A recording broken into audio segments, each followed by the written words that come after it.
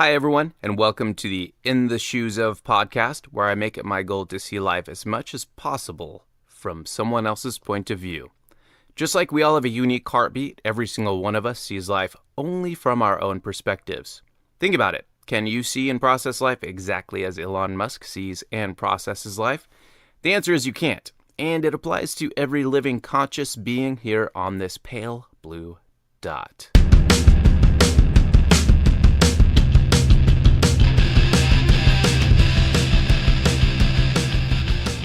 So what is the time? It's time to get ill. Say, what's the time?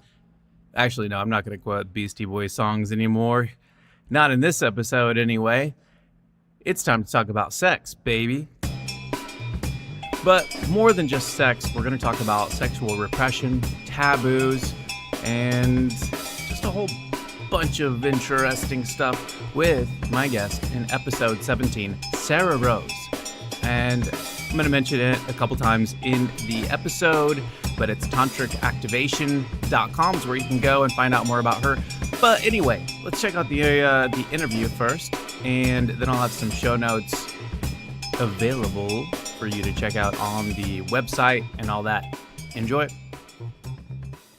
The first question is, I'm going to reverse it. Usually I save this type of question to the end, but I want to start off with this one because I think it'll set the mood just right for the interview here.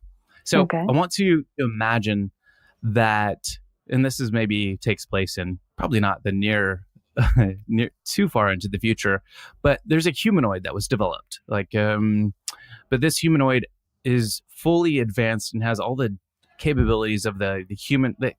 Basically, they can do everything that a human can do, but they've just been synthetically created, as opposed to being born from, like the normal human way. And it's your job, and you only have a few minutes to explain this to this humanoid of how you see life. They're trying to get as many different, views and just a grittier understanding of what life looks like on the planet and how they can navigate through it. And so how would you describe what this world is and how we interact with one another and what it actually means to be human on this planet? That's a great question. I love it. So I would describe it as this. We are storytelling beings that we go around every day and have since for the last thousands of years, creating stories. And we live our lives according to these stories. And the really cool thing is that we can always choose to start to tell a new story with our life if we want to begin to live our life in a different way.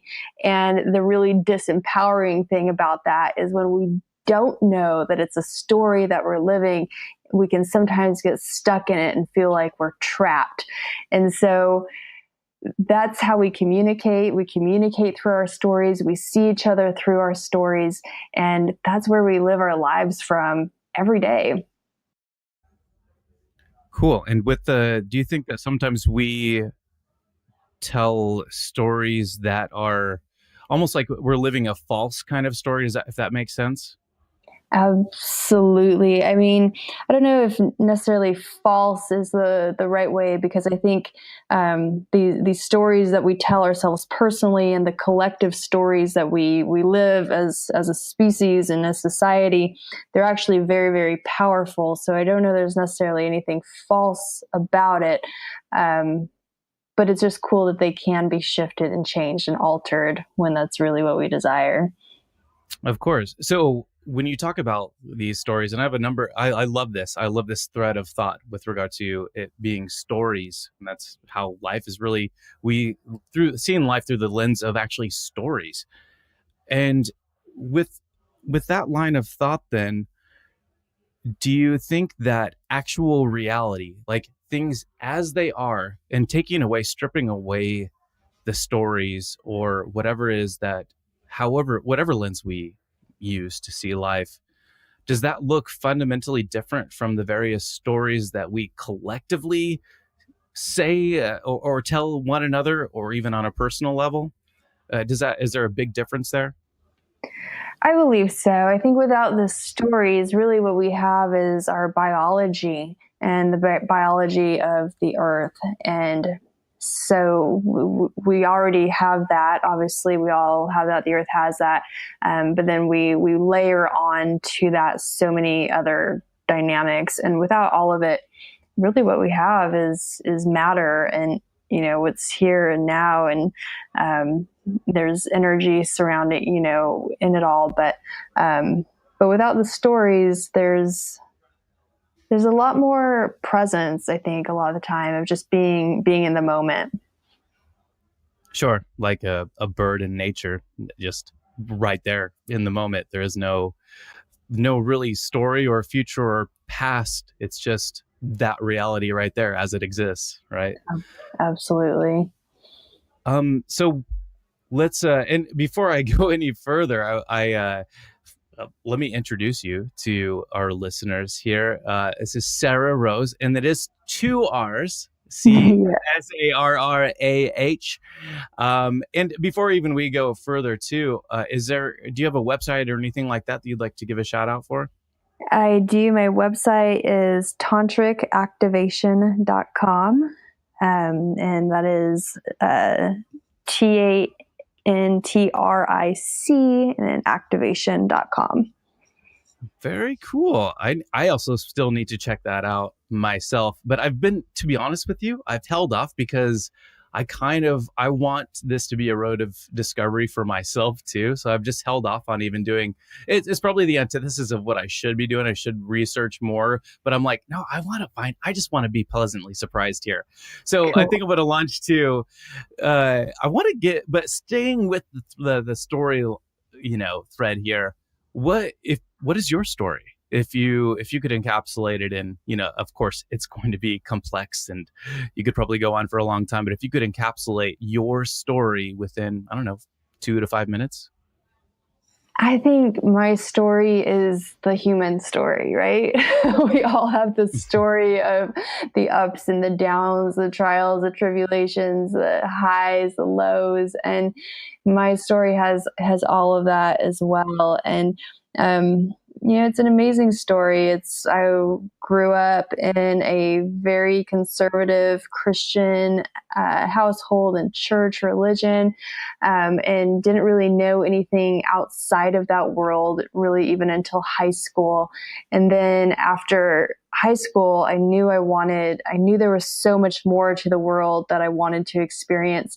And the first thing I did, I was still 17 years old, and I moved straight to New York City to work in the fashion industry there.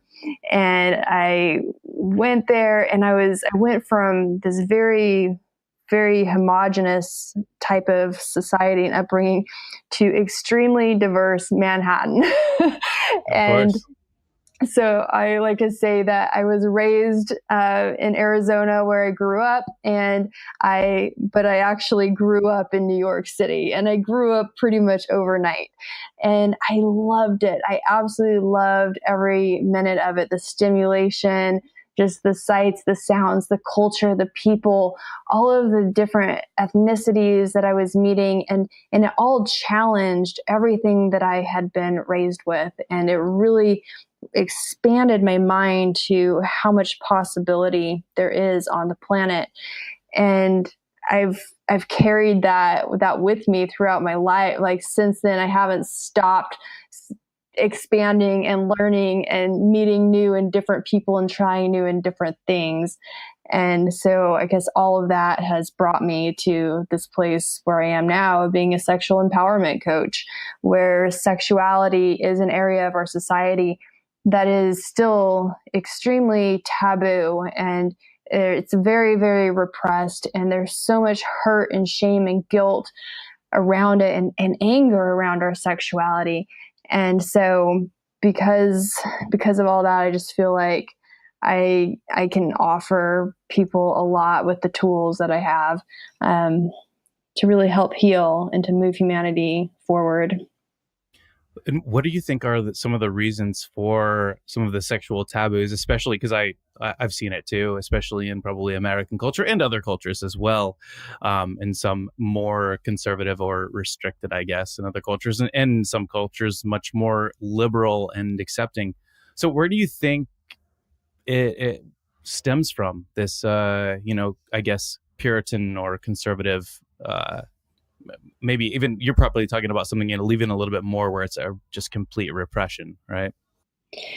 Yeah, and there are a lot of different theories around that. It's something that evolutionary biologists study, and you'll get one answer from one person, another answer from another.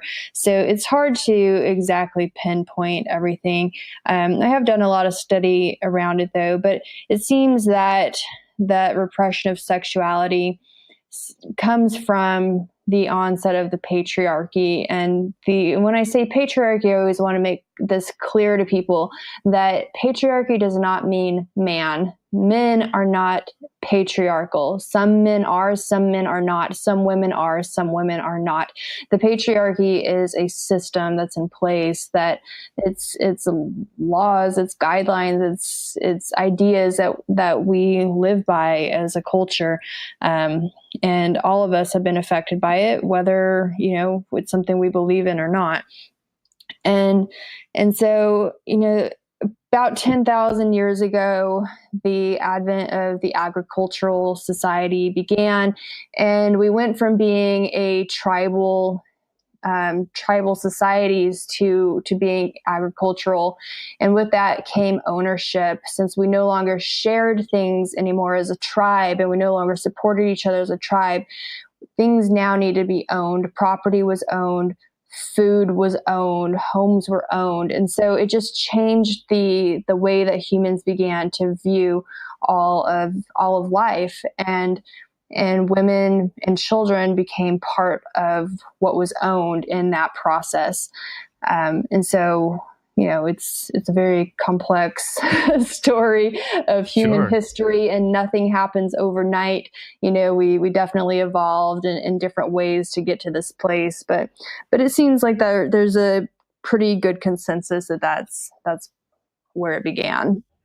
So when you talk about, like, for instance, women and children being owned at that point in time, do you think that there is maybe a connection between then sexual repression and sexual, like, oppression, and even diving right into, like, because we're talking about what you're doing is you're trying to free people from these, like, taboos and unnecessary repression, and then there also is the dark aspect of human sexuality, where it becomes a matter of control and power, and when you're talking about, like, slave trade and things like that. Do you think there's a parallel then, because of these Puritan or oppressive laws that have been implemented by patriarchy, that have caused that, like, an outcropping of that?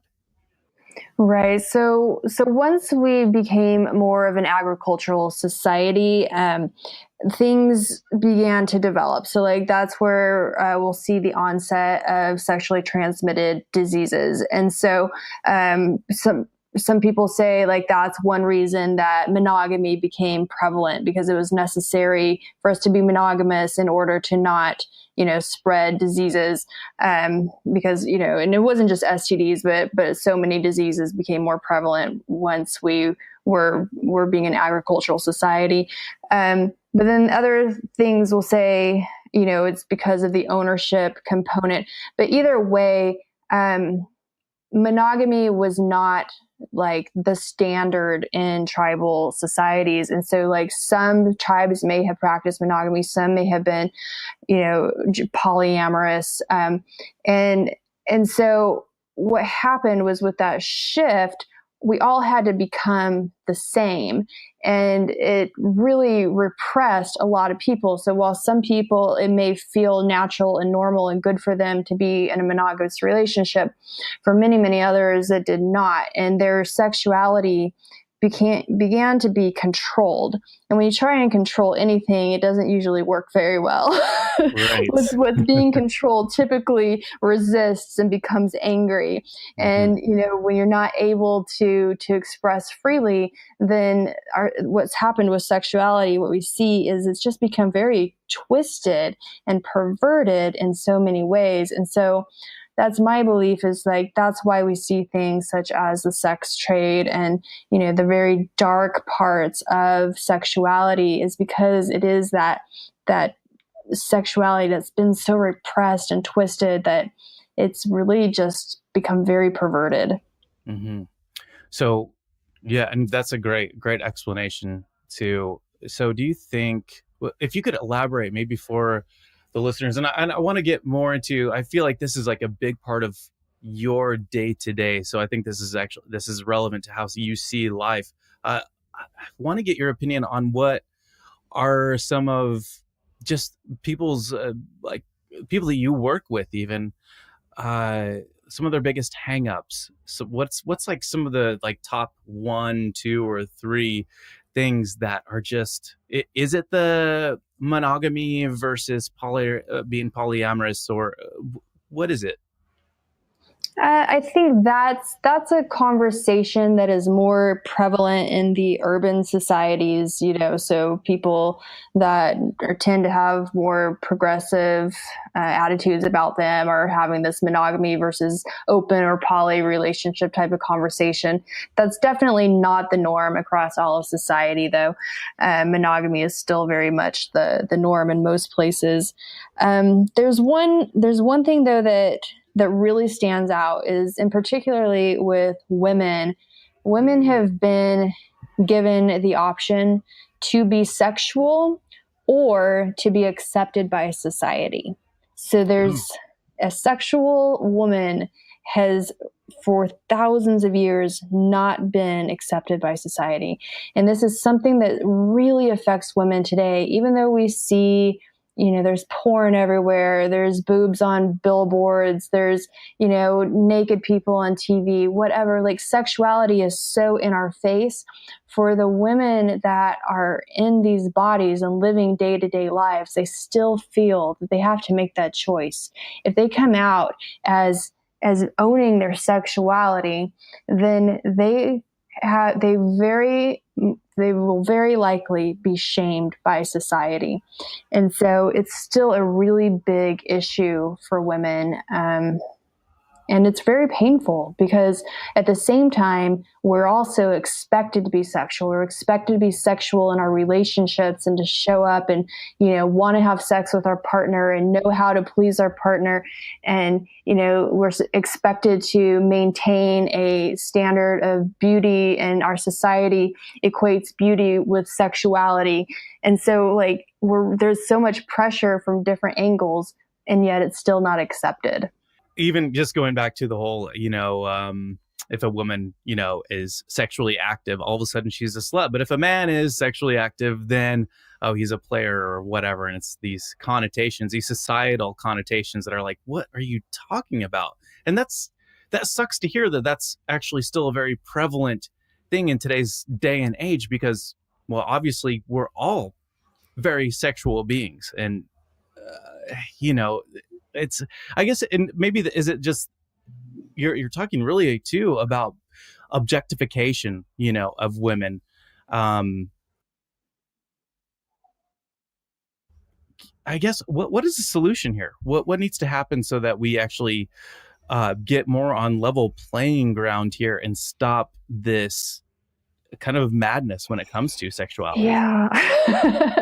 a lot of That's a loaded lot one. of people are asking this question, and I'm just grateful that the question is finally at least being asked, because it means we're making steps in the right direction. And for me personally, I believe that healing is first and foremost. So a lot of the work that I do with people begins with sexual healing, because there's 1 in 2 women have been sexually abused. So there's a lot of trauma that comes from abuse. And then additionally, there's trauma that comes from what's been expected of women as a society, as a culture, and from religions. And so there's trauma and there's so much conditioning that is keeping them caged up, and it's very, very, very painful. And that pain often lashes out in anger towards the masculine. And then we have those issues come up, and not to say that it's not always warranted, because absolutely there are definitely people out there doing very, very bad things to women, but obviously it's not all of the men. And so I start with healing, and I'm grateful to have tantric practices that I use to help, that I give my clients so that way they can heal. I use somatic experiencing, which was designed by Peter Levine. That's very effective at healing PTSD, releasing trauma from the brain and from the body. And I think that's where it begins. We've got to start with the healing. And all of the anger that we see is a very normal human response. And anger is actually very healthy, as long as it doesn't get stuck, as long as it's expressed and is able to complete its cycle, and we're able to move on. It's when we get stuck in anger that it becomes unhealthy. Yeah, I agree with that. And would you say that this is your primary kind of like passion or purpose in life, to help people kind of free themselves from this repression and oppression? Yeah, it is. It's what I do full time. That is so cool. And so adding on to that, then, can you guide us through, and of course, not naming any names, but like give us a hypothetical example of what it looks like, how you would actually guide somebody. And also, this would be a second part, so remind me of how people can get in touch with either you or wherever that they're at in the world, to reach out to someone who can actually help out with these things. So I guess just a walkthrough of how it looks like, and also where people can get help if they need it. Okay. So yes, I have an online course. It's a 7-week course that people can do from the privacy of their own home. They watch a video of me describing it, and then it's a guided audio that leads them through the practices each week for 7 weeks. And there's support within that as well. And I do think that it's important to have support when going through any type of sexual healing, because it's a lot and it goes really, really deep within the body and within the mind. And so what I teach is it's a combination of breath practices. And what the breath practices do is they actually help to soften and shut down the cortex, the thinking part of the brain. And by shutting that part of the brain down, that's the part of the brain that's always trying to stay in control. And when we shut that down through breath practices, then we're able to tap into the other parts of the brain, the limbic and the primal brain. And so by being able to tap in more deeply into the deeper parts of the brain, that's where trauma is actually held. It's held in the primal brain. And so we're able to go in there and help finally release it.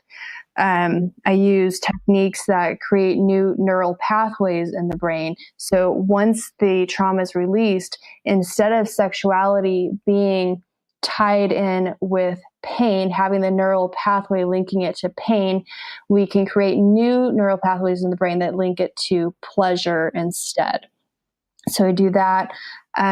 There's different NLP techniques that we use to help bring the different parts of the brain together as well. So everything that I do brings the 3 parts of the brain in alignment. For instance, if you have a thought in your head, I want sexual healing. Okay, well, that's a great thought. What are you going to do about it? Because you can think it all day long, but if all three parts of the brain are in alignment, it's going to be very, very difficult to accomplish that. So that's what we're trying to do, is trying to bring it all together, and then also bring the body into alignment as well, because we store emotions and we store trauma also in our body. And so it's a 7-part system, tied in with the chakra system, which I call pleasure centers in the body. Some people call them energy centers. And it's about reawakening pleasure in all parts of the body. I also use to do that 5 senses of reality, where you're like actually visualizing what you desire, like what do you truly desire, and holding that image in your mind and feeling it, tasting it, seeing it, hearing it, smelling it as if it's actually real. And then the brain thinks it is real, and the brain starts to make that a reality in your physical life. So it's a very manifestation, right? Yeah. So it's a complex system. I bring it all together, make it very easy to follow, very fun and enjoyable in the midst of it all, and very sexy as well. That's great. Yeah. And so have you had a lot of like a lot of people from around the world that have signed up, and you've seen some cool, really good results from it? Yeah, it's definitely, it's life-changing, and it really, really helps people out a lot. I have a men's course that is done and produced, but we don't have it for sale yet. But the men's course it's also a 7-week course, and that one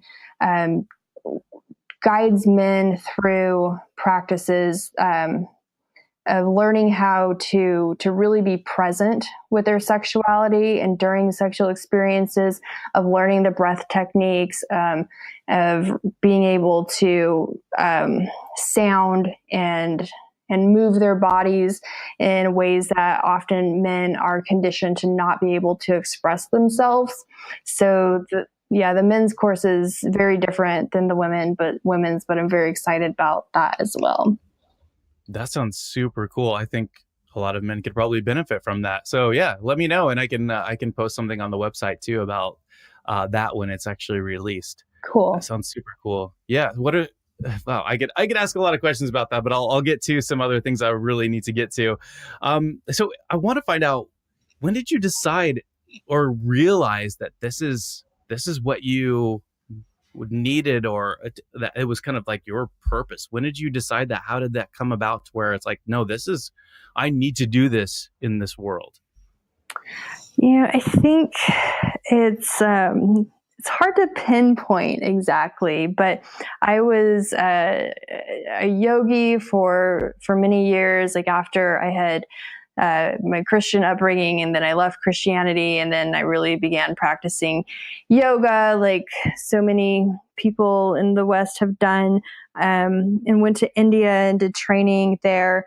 And then actually when I was in India, I met my guru, and I was introduced to Tantra there.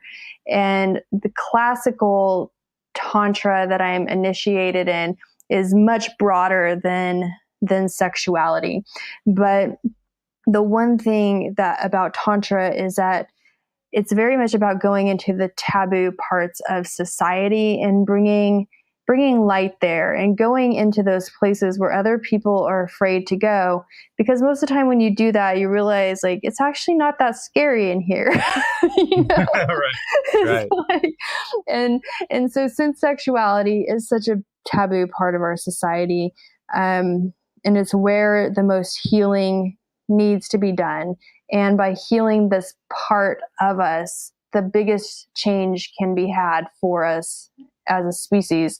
It's been my thing, like, okay, well, this is what I'm going to do as a tantrika. This is where I'm going to be focusing my energy, is bringing about this change to the world. Yeah. And so with regard to things needs to be changed in the world, obviously this is something that, this is your thing. And I think it's beautiful. I think it's a great thing that you're doing. What are some of the other things in this world that you feel, you look at and you're like, oh wow, we also need to change that, but I'm so glad you're focused on what you're doing, but like I'm glad there are other people focused on these other things too. What are some other things in life that you think are like, well, we need to really consider this as a species and just as for humans in general?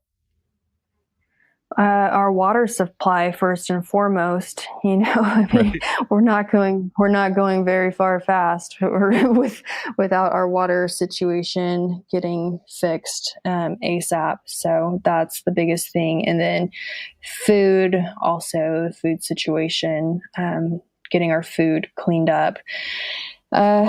So I'd say those two things because, as human beings, if we can't breathe, if we can't eat or don't have water, and can't eat, then we're not going to survive very long. Not going to go too long. Yeah, exactly.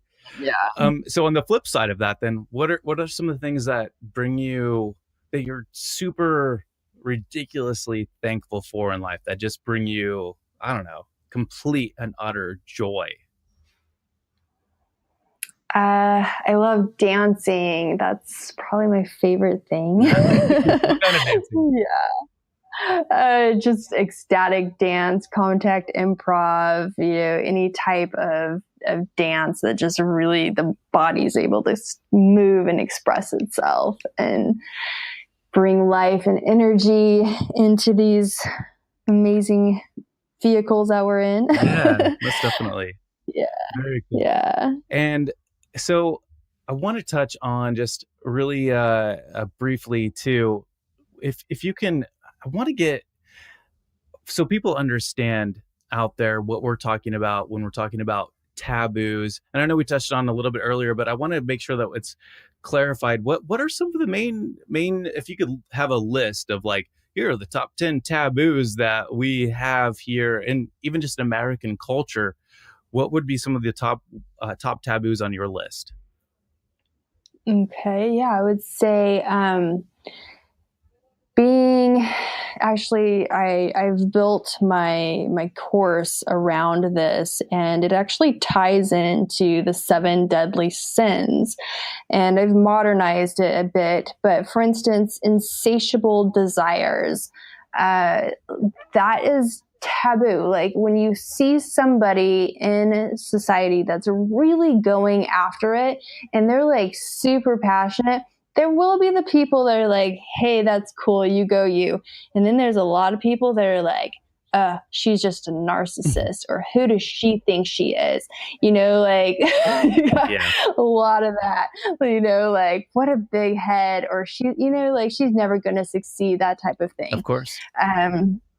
And then, of course, sexuality, which we've touched on. And then also depression is very taboo. Like it's not cool in our society to be depressed, even though it is something that happens biologically. Scientists don't even understand what it is exactly, like where, like they know where it comes from in the brain, but they don't know exactly why it happens. And, but there's still that puritanical part of us. It's like, hey, get over it. Like, Right. like, who do you think you are to be laying there? There's work to do. Pick yourself up by the bootstraps now, son. Right? Yeah. Yes, absolutely. And then anger is taboo. It's in the love and light communities, or there's just like, oh, and we're all like love and light all the time. It's like, no, sometimes I'm fucking pissed off. Exactly. Yeah. That happens a lot in our, and I get it too. The good old WASP type families, like, it's just, don't express your anger here. Otherwise, I mean, like any show of emotion is totally a taboo. Yeah, I agree. Yep, definitely. Yeah. Let's see. I would also say envy is taboo. So, like, if we're envious of someone, we usually hide that. You don't want anyone to know. But envy is actually a really important part of us. It's part of what helps us keep keep going as a species. Like we keep evolving because of envy. We see something that we want and then we start working harder, working differently so that we can get it. And it causes us to evolve. That's super interesting. That's a good one for people to listen to, I think, because there is another podcast that I think it was This American Life, maybe. I'll put it in the show notes, but yeah, that's a good one. I'll let you continue, though. Yeah. It was actually Hidden Brain, Feeding the Green-Eyed Monster, What Happens When Envy Turns Ugly.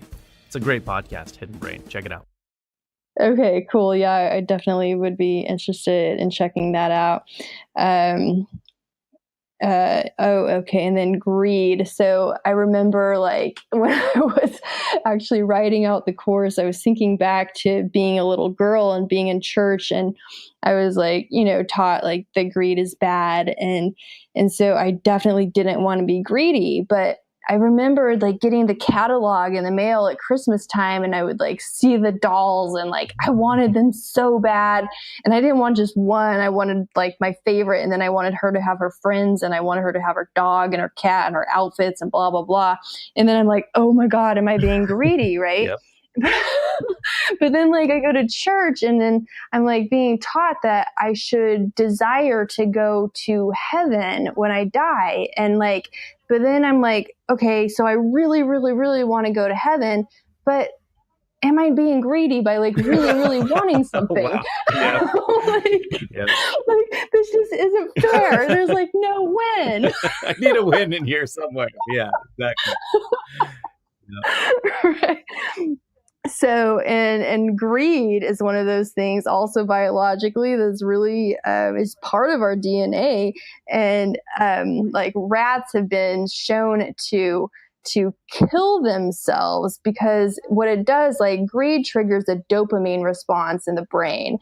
And so like whenever rats were given a lever to push that would give them this dopamine response, like they would keep pushing it over and over until they died. Like they wouldn't stop. Right. So like, and greed triggers that in our brain.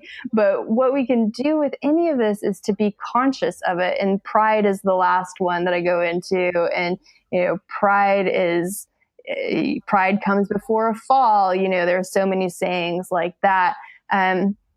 But it's really important to be proud of ourselves, to be like, hey, like I did a badass job on that. And like, like, it doesn't mean you have to go into narcissism or anything like that, but having consciousness with everything and just realizing like whatever we're conscious of isn't controlling us. But if it is in control of us, then it can be detrimental to us. Yeah, most definitely. I think it's just, the difference between being proud of who you are and accepting of who you are, as opposed to being just an arrogant douchebag. And when you're an arrogant douchebag, you're kind of just there's some underlying issues going on there anyway. So yeah.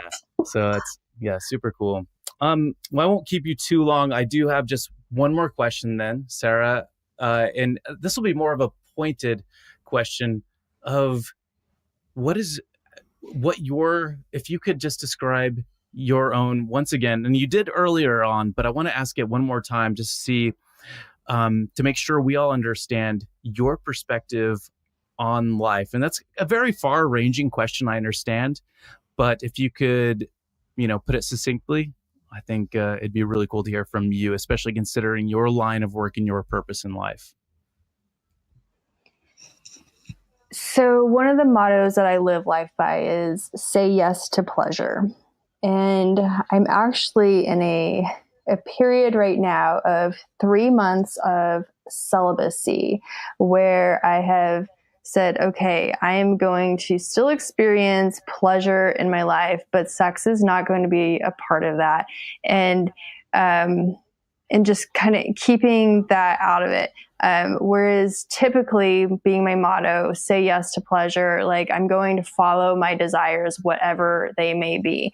And I've noticed I'm 2.5 months into this 3-month period right now.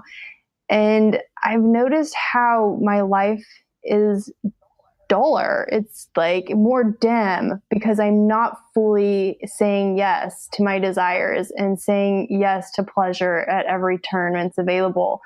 And pleasure isn't always sex. I mean, there are many times where I'm like, no, actually my pleasure right now is in writing this email for my business. And like, that brings me more pleasure than having sex with somebody. So it's definitely not always that. But I think like as humans, if we did more to follow our pleasure, if we did more to follow our desires, that life would be brighter and it would have more magic to it, and we would smile more. We'd be happier. We'd be a lot easier to get along with. I know, like, I've definitely been more cranky the last 2.5 months than I usually am. And so say yes to pleasure. I love that. Wow. And I'm excited for you with what you do and after the next 2 weeks. It's going to be probably pretty epic. Excellent. Well, Sarrah, thank you so much. I'm so glad we finally got to do this. And yeah, once again, it's Tantric Activation, right? TANTRIC activation.com. And I hope whoever listens to this, you go and check it out and go and buy a course. And the guys out there, check it out when the men's version of this all comes out too, right? Absolutely. Thanks for having me. Thank you. All right, that was Sarrah Rose, episode 17 of In the Shoes Of.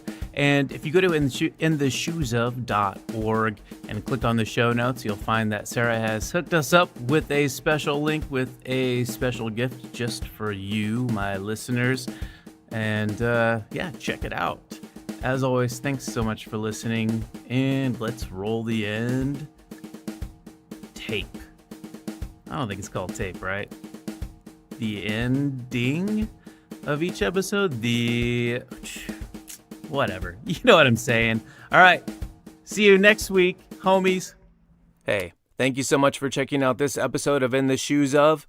If you like or don't like the podcast, feel free to leave a review or reach out to me. My email is jnickel42@gmail.com. Can't promise you I'll get back to you right away, but I'll definitely try and get to it. Anyway, thank you so much for checking it out. Until the next time, see you later.